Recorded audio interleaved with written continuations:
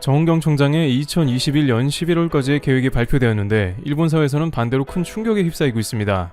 왜냐하면 기존의 언론들이 보도하는 것과는 달리 정반대로 진행되는 증거들이 속출하고 있기 때문인데요. 특히 mRNA 백신으로 가장 효과 있는 백신을 생산한다는 화이자의 일본 백신 관련한 발표에 관심이 쏠립니다. 일본 마이니치 신문에 의하면 일본에 원래 6월까지 모두 입고되기로 한 화이자 백신 1억 4천만 도스 계약이 2021년 6월이 아니고 2021년 말까지로 계약이 수정되었다는 소식에 현재 적지 않은 파문이 생기고 있습니다. 화이자 측에서 일본 정부와의 기존 계약을 뒤집어버린 게 아니냐는 추측도 나오고 있습니다. 그 와중에 일본 정부가 관련 보도자료를 신문사들에 그대로 배포하는 문서까지 등장해 논란이 된 것이죠. 이는 당장 일본 정부의 백신 배포 계획에 엄청난 차질이 생기고 있음을 의미하고 있다고 전해집니다. 백신 쿠폰을 비롯해 마이넘버 카드 등으로 가뜩이나 백신 접종이 오래 걸리는 일본에서 다국적 글로벌 회사의 계약이 약속을 의미하지 않았다는 뉴스는 큰 충격에 휩싸일 만한 것입니다. 화이자 백신은 글로벌 백신 공급에서 원료 부족 등 각종 공급 문제가 생겼으며 미국과 유럽 등의 공급도 부족하여 일본에는 약속한 물량을 제 시간에 공급하기가 매우 어려워졌다고 일방적으로 통보한 것으로 판단됩니다. 그런데 지난 12월 일본 산케이 신문을 비롯한 일부 언론은 스가 총리의 백신 플랜에 대해 보도한 바 있습니다.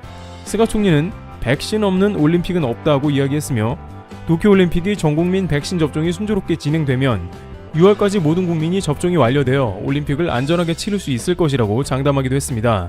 이른바 안심올림픽이라고 하는 것이 이와 같이 일본의 백신이 제대로 공급되는 것에 기인한 것이죠. 또한 불과 5일 전만 해도 사카이 관방 부장관 역시 백신은 제대로 공급될 것이라고 다시 한번 확인을 했습니다. 그런데 화이자 측에서 이러한 일본 정부의 기존 플랜을 정면으로 반박하며 백신 공급의 문제를 지적한 것이죠. 지금까지 일본 언론에서는 백신을 계약했으므로 공급이 전혀 문제없을 것이라고 보도해왔습니다. 반대로 한국은 백신 계약을 시작도 안 했다면서 글로벌에서 뒤처졌다는 보도가 나가고 있었습니다. 그러나 이는 단순히 계약이었을 뿐 공급 보장도 아니고 6월 안에 접종이 사실상 불가능하게 됐다는 것입니다. 그런데 막상 백신 공급이 늦어지고 있다는 한국에서는 정반대의 엄청난 소식도 전해지고 있는 상황입니다. 한국은 백신 계약대로 공급이 이루어지는데 그럴 수 있는 결정적인 이유가 있다고 전해지고 있습니다. 일본은 문제가 있는데 한국은 왜 문제가 없냐는 의문이 드는데 이와 관련해 당국은 놀라운 답변을 합니다. 초반에는 한국이 백신 계약이 늦고 글로벌 백신 확보가 너무 늦는 게 아니냐는 지적이 잇따랐습니다. 정은경 청장은 여러 차례 백신을 고르는데 신중하고 온 국민이 안전하게 접종할 근거를 모으고 있다고 했습니다. 질병관리청은 과학적 근거에 기반한 안전성과 사회적 약자가 배제되지 않는 형평성과 공정성, 알기 쉽고 투명한 정보를 제공하는 투명성에 기인해 백신 선택 및 공급에 신중하겠다고 밝힌 바 있습니다. 당연히 백신은 신중하게 접종되어야 하는 문제이지만 한국 당국이 너무 굼뜬다는 비판도 나왔습니다. 일부 일본 언론에서는 한국이 백신이 늦게 들어오며 심지어 가장 꼴찌로 접종이 끝나는 게 아니냐고 했습니다. 그런데 이번 주 질병관리청에서 업그레이드해서 발표한 백신 플랜은 일본이 보기에도 놀랄만한 수준이었습니다. 우선 한국은 백신 공동구매 배분을 위한 국제 프로젝트인 코백스 퍼실리티 및 아스트라제네카, 얀센, 화이자, 모더나 등 개별 제약사와 백신 구매 계약을 체결하고 총 5,600만 명 분을 확보했음을 다시 확인했습니다. 위 제약사는 한국의 공급이 문제가 없음을 확인했고 애초에 무리한 계약이 아니었음이 확인된 것입니다. 즉 화이자에서는 일본에서는 너무 많은 물량을 계약했기 때문에 6월까지의 공급이 부족하다고 발표했지만 한국과 계약한 물량에 대해서는 전반적으로 문제가 없다는 기존 입장을 다시 한번 확인한 것입니다.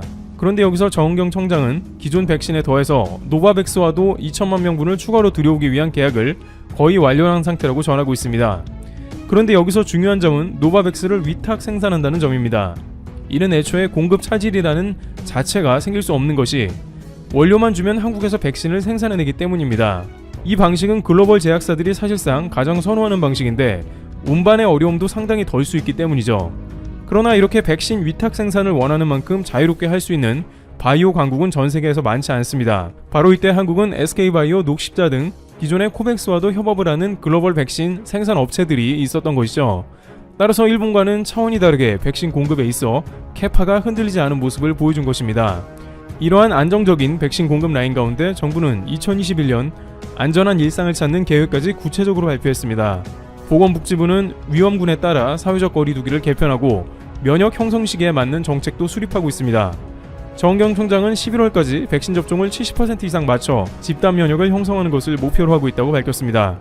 일본의 경우에는 백신 공급 라인 자체가 무너졌기 때문에 한국과 같은 가이드라인이 존재하지 않습니다.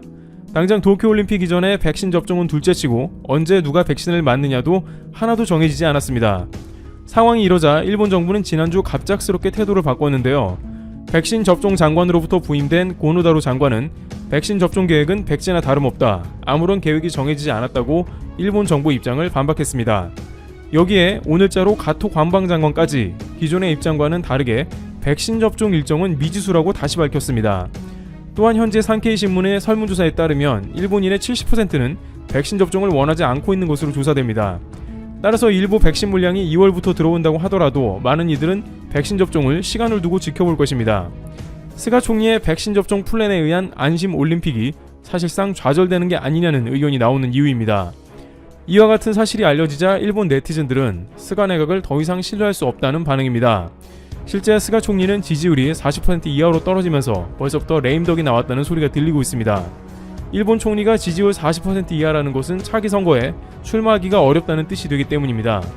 일각에서는 코로나 책임으로 지지율이 급락한 스가 총리가 그 책임을 고노다로 장관을 임명해서 미루려 한다면서 아베 총리가 코로나 책임을 스가 총리에게 미뤘듯이 누군가 계속 잘못을 떠넘기고 있는 회전 초밥 레이스가 일본 내각에서 지속되고 있다는 의견도 나오고 있습니다. 또한 여기에 기존의 일본 정부보다 뒤처지는 것이 한 가지 있었는데 이마저도 보완된다는 뉴스도 나왔습니다. 지금까지 한국에서 단계별 방역을 잘 수행하도록 협조한 자영업자들에 대한 손실보상제 검토에 들어간다는 것입니다. 일부 자영업자들은 정부가 단계를 올렸음에도 불구하고 업장 폐쇄만 했지 이렇다 할 보상은 없다고 주장했습니다. 일본의 경우 식당이 단축 영업에 협조할 시에 하루에 최대 6만엔까지 지급을 하는 방안이 나왔습니다. 한국은 일본보다 뒤처진다는 평가가 있었습니다. 이에 정부는 손실보상 법제화를 추진 중이며 기재부가 난색을 표했음에도 불구하고 다시 한번 문재인 대통령이 이를 검토해달라고 요청한 것입니다. 일본은 물론이고 호주와 독일 등 선진국에서는 매출의 80%를 책임져주는 정부 보상이 잇따랐습니다. 따라서 일부 언론에서는 기재부에서 곳간을 열어 자영업자를 보상해야 한다는 의견도 제기되었습니다. 마침 한국은 최근 사상 처음으로 1인당 국민소득이 G7 국가를 넘어서는 것으로 발표가 나왔습니다. 이탈리아의 1인당 국민소득은 지금껏 한국을 앞서와서 한국은 7위권에 들어있는 적이 한 번도 없었습니다. 그러나 이번 코로나 사태로 인해서 이탈리아가 마이너스 7%의 경제 성장률을 기록해 한국보다 낮아졌다는 것입니다.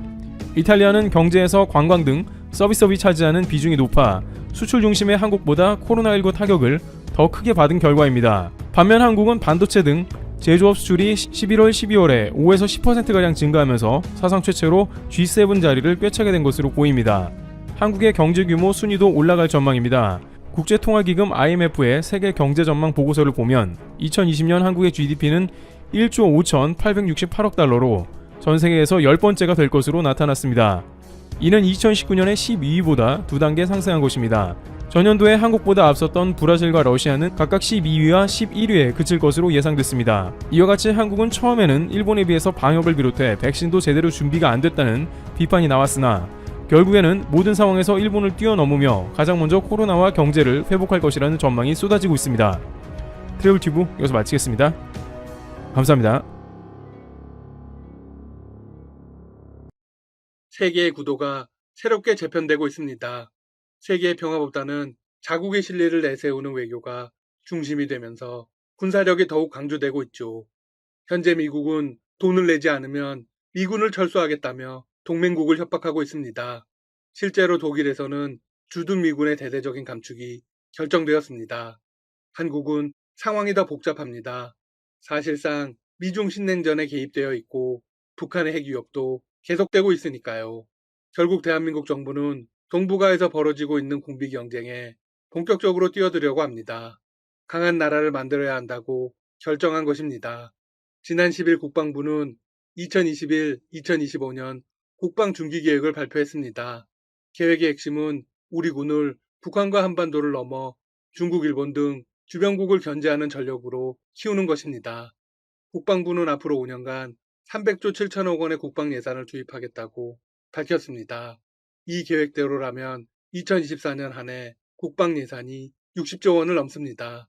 같은 기간 무기를 사들이는 증강비만 100조 1천억 원에 이릅니다. 물론 한국만 움직이는 건 아닙니다. 현재 한반도 주변 동북아에서는 미중 대립 구도에 맞물려 각국이 군사력을 경쟁적으로 늘리고 있습니다. 미국은 2021년 회계연도에 동북아에만 36억 달러, 우리 돈 약 4조 2천억 원을 투자한다고 밝혔습니다. 중국은 코로나 사태로 인한 경제 위기 상황에도 올해 국방 예산이 지난해보다 6.6% 늘어났습니다. 1조 2,860억 위안, 우리 돈 약 210조 원입니다. 일본은 적의 공격에 앞서 적기지를 선제 타격하는 탄도미사일 도입을 적극적으로 검토 중입니다. 태평양에 인접한 호주도 10년간 2,700억 달러, 우리 돈 약 230조 원의 국방비를 집행할 계획입니다. 동북아의 상황이 심상치 않습니다. 이번 계획에서 국방부가 꺼낸 핵심 카드는 단열 항공모함과 핵추진 잠수함 도입입니다. 또한 이지스함과 미사일 전력도 대폭 늘린다는 방침을 세웠습니다. 우선 항공모함 도입 사업은 내년인 2021년부터 본격적으로 추진됩니다. 항공모함은 바다 위를 떠다니는 공군기지입니다. 항공모함의 핵심 기능은 바다에서 전투기를 날려보내는 것입니다. 이 때문에 2차 세계대전 이후 해전의 주축이 되었습니다. 해군력의 평가 기준이 사실상 항공모함의 보유 여부로 결정되죠. 2차 세계대전 이전까지 세계 각국은 전함이라고 불리는 배를 만드는데 주력했습니다. 전함에 탑재한 포를 이용해 적을 공격한 것입니다. 하지만 비행기가 처음으로 전쟁에 등장한 뒤 공군력의 중요성이 강조되기 시작했습니다. 이후 전함보다 항공모함이 해전의 중심으로 떠올랐죠. 전함은 아무리 성능이 뛰어나도 수십 킬로 거리의 적만을 공격할 수 있습니다. 반면 전투기는 그보다 수십 배 이상 날아가 적을 타격할 수 있습니다. 하지만 문제가 있습니다. 전투기가 멀리 날아가기 위해서는 급유의 문제를 해결해야 했죠. 그러다 보니 전투기도 기지를 중심으로 해서 이동 가능한 반경이 정해지게 되었습니다. 이를 단번에 해결한 것이 바로 항공모함입니다. 급유기지 자체를 이동 가능하도록 만든 것이니까요. 2차 세계대전의 일부인 태평양 전쟁 이후 항공모함의 중요성은 극대화됩니다. 특히 미드웨이 해전에서는 전투의 승패가 항공모함에 의해 결정났습니다. 다만 항공모함은 공격 능력을 갖추지 못했습니다. 미국을 포함한 주요 국가들이 항공모함에 요격 무기를 설치하려고 시도했죠. 하지만 그럴 경우 실제 역할에 큰 문제가 생겼습니다. 이도저도 아니게 된 것이죠. 결국 항공모함은 순수하게 전투기만 싣고 다른 배들을 통해서 항공모함을 호위하도록 했습니다. 그렇게 탄생한 것이 이지스함입니다. 이지스함과 핵잠수함이 항공모함과 함께 이동하면서 미사일을 요격하고 호위를 하게 됩니다. 한국형 항공모함은 3만 톤급입니다.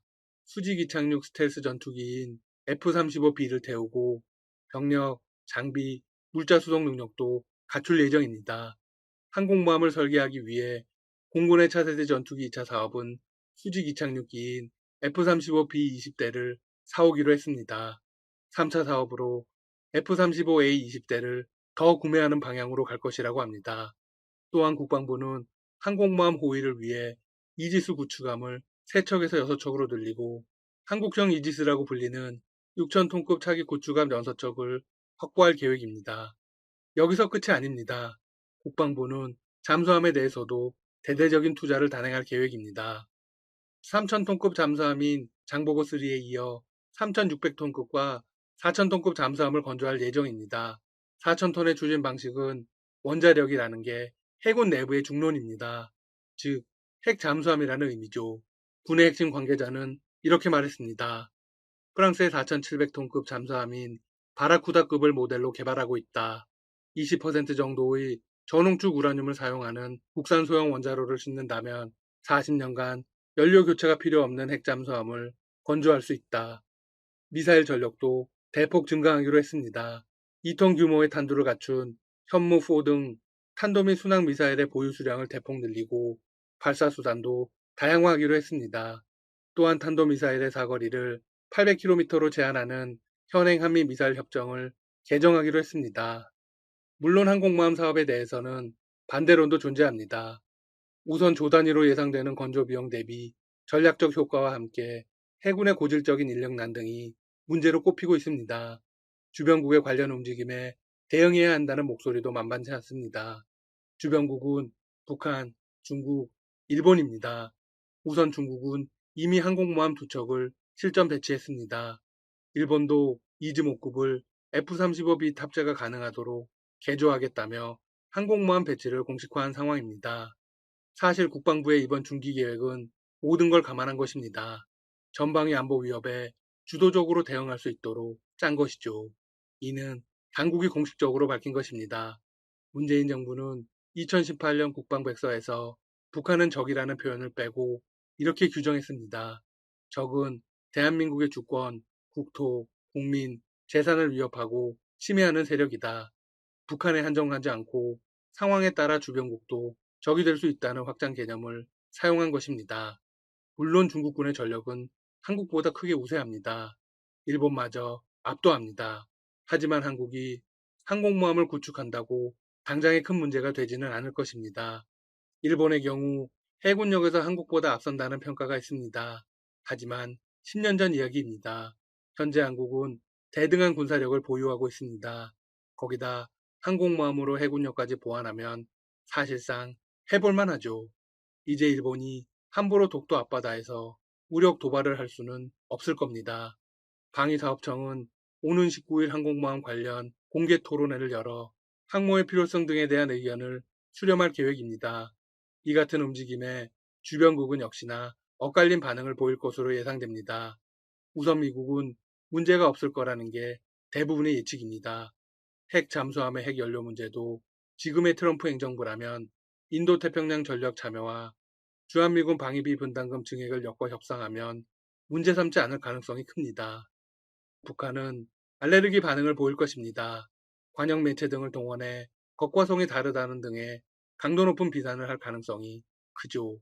중국은 미국과 대립 중이기 때문에 불편한 목소리를 낼 수 있습니다. 역시 가장 반발하는 건 일본이겠죠? 미국은 한국과 일본 사이에서 중재의 역할을 할 것입니다.